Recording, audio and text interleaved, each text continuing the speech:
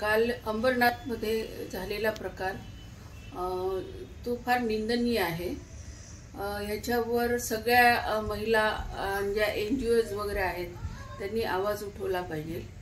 मूल होत नाही याच्याकरता जो मर्डर केला गेला त्याच्या बाबतीत महिला आयोगाने पण ह्याची दखल घेतली पाहिजे आणि अशा लोकांवर कारवाई पण झाली पाहिजे ज्यांना असं वाटतं की आम्ही पुरुषांमध्ये काही दोष नाही असं करून बायकांमध्ये सगळ्या गोष्टीचा दोष असतो असं तर काही नाहीये।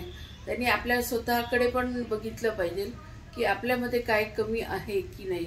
याचा हे प्रमाण सगळ्यात जास्त वाढत चाललेलं आहे आणि त्या वाढत्या प्रमाणाला कुठेतरी आळा बसायला पाहिजे आणि गव्हर्नमेंटनी पण थोडंसं जे आजकाल आश्रम मध्ये मुलं आहेत त्यांची जी दत्तक घेण्याची जी प्रथा आहे त्याला थोडं शिथिल करावं, थोडंसं कमी करावं ज्याच्याने लोक अशा मुलांना दत्तक पण घेऊ शकतील।